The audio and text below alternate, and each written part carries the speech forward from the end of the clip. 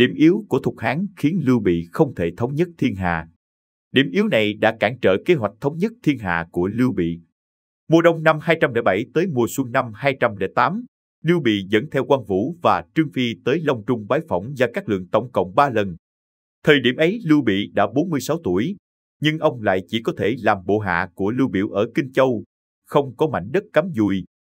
Vì sự nghi kỵ của Lưu Biểu, Lưu Bị ở Kinh Châu cũng luôn trong cảnh ủ rũ bất đắc chí, đến mức ăn không ngồi rồi. Nhưng dù có như thế, Lưu Bị cũng không hề từ bỏ khát vọng làm nên đại nghiệp của mình.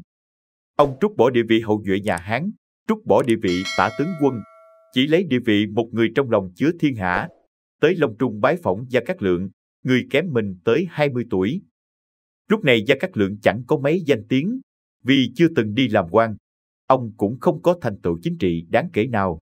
Nhưng cho dù như vậy, Lưu Bị vẫn vô cùng tín nhiệm và trọng dụng Gia Cát Lượng. Sau khi mời Gia Cát Lượng xuống núi, Lưu Bị hết sức tín nhiệm Gia Cát Lượng, không những để ông trấn thủ hậu phương. Sau khi thành lập chính quyền còn giao quyền lực vào tay Gia Cát Lượng. Dù sau này Lưu Bị phó thác con côi ở thành Bạch Đế, ông cũng trao cho Gia Cát Lượng quyền lực tuyệt đối. Khi ấy thậm chí Gia Cát Lượng có thể thay đổi đế vương, đủ để thấy sự tín nhiệm và trọng dụng Lưu Bị dành cho Gia Cát Lượng. Từ biểu hiện của Lưu Bị, ông không hổ là một bậc quân vương tài đức sáng suốt. Gia Cát Lượng cũng không phải hạng soàn. Khi làm quan, ông biên soạn ra Thục Khoa, đồng thời quản lý đất nước theo pháp luật, khiến muôn dân tin phục. Khi cầm quân, ông có thể đánh cho Tư Mã Ý phải sợ thục như hổ khi bắt phạt, từ đó có thể thấy tài năng quân sự và chính trị của Gia Cát Lượng. Thục Hán có Lưu Bị hiền minh và Gia Cát Lượng năng lực xuất chúng, tại sao vẫn không thể thống nhất thiên hạ? Lưu Bị và Gia Cát Lượng kết hợp lại cũng chẳng thể thống nhất thiên hạ, chủ yếu là bởi sự nỗ lực của cá nhân không thể tách rời tiến trình lịch sử.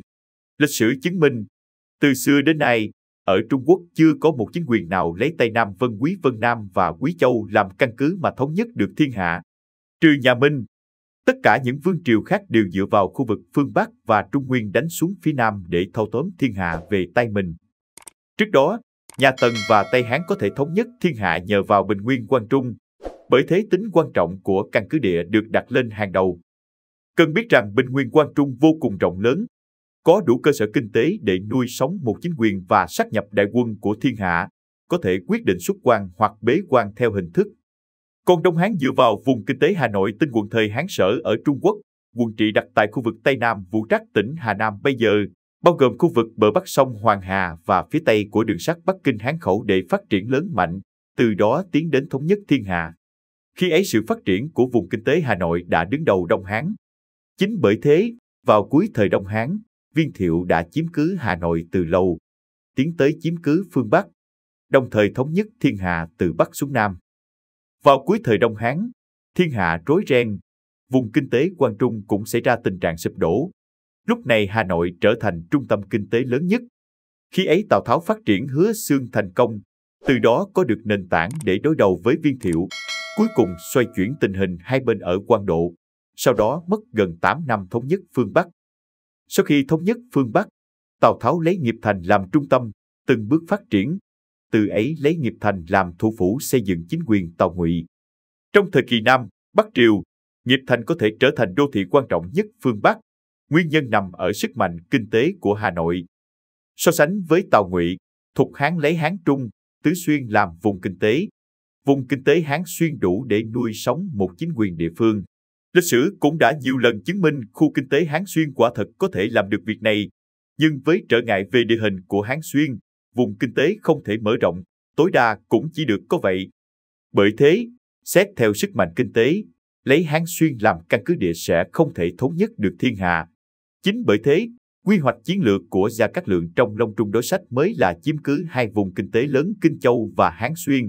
Nếu được như vậy, sẽ gây dựng được hai đội quân ở hai vùng Kinh Châu và Hán Xuyên, và từ đó đánh chiếm khu vực Quan Trung. Sau khi chiếm được 3 vùng kinh tế, sẽ có thể thống nhất thiên hạ. Chỉ tiếc là từ đầu chí cuối Thục Hán vẫn không thể chiếm được 3 vùng kinh tế đó, khiến Long Trung đối sách chỉ thành công được một phần. Vì vậy, dù Lưu Bị và Gia Cát Lượng có tài giỏi tới mức nào cũng chẳng thể thống nhất thiên hạ. Theo quan điểm của Trang Xu Hu Trung Quốc, Thục Hán không thể thống nhất thiên hạ không hẳn là do năng lực của Gia Cát Lượng và Lưu Bị. Dẫu sao năng lực của Gia Cát Lượng và tài đức của Lưu Bị cũng là những điều không thể nghi ngờ. Chẳng qua bởi vùng kinh tế của họ không đủ mạnh để tạo ra tiềm lực siêu phàm, thống nhất thiên hạ mà thôi. Thục Hán là một trong 3 quốc gia trong thời Tam Quốc trong lịch sử Trung Hoa, thuộc vùng Tây Nam Trung Quốc, khu vực Tứ Xuyên ngày nay. Kinh đô trên thực tế của nước Thục là thành đô vùng phía Bắc của nước Thục. Một số sử gia gộp chung nhà Thục Hán vào nhà Hán. Họ coi triều đình này là giai đoạn cuối của nhà Hán vì hoàng đế Thục Hán Lưu Bị thuộc dòng dõi hoàng tộc. Hai nước còn lại thời Tam Quốc là Đông Ngô và Tào Ngụy. Kể từ thời nhà Đường, nhà Thục Hán được sử sách Trung Quốc coi là sự nối tiếp của nhà Hán, là triều đại chính thống trong số 3 triều đại của thời Tam Quốc. Do vậy, Lưu Bị, vua khai quốc của Thục Hán, là hoàng đế duy nhất trong thời Tam Quốc được thờ tại đế vương miếu. Các hoàng đế của Tào Ngụy, Đông Ngô không được thờ. Thời Tống, bộ sách Tư Trị Thông Giám của Tư Mã Quang là bộ sử đầu tiên gọi chính quyền Thục Hán là Hán. Tuy nhiên, Tư Mã Quang lại lấy Tào Ngụy là chính thống. Video chúng tôi đến đây là kết thúc. Cảm ơn tất cả các bạn đã quan tâm tới Xe Hay V88 và theo dõi video của chúng tôi. Đừng quên like, share và đăng ký kênh. Đặc biệt đừng quên bật chuông để theo dõi những video khác nhanh nhất. Một lần nữa xin cảm ơn tất cả các bạn.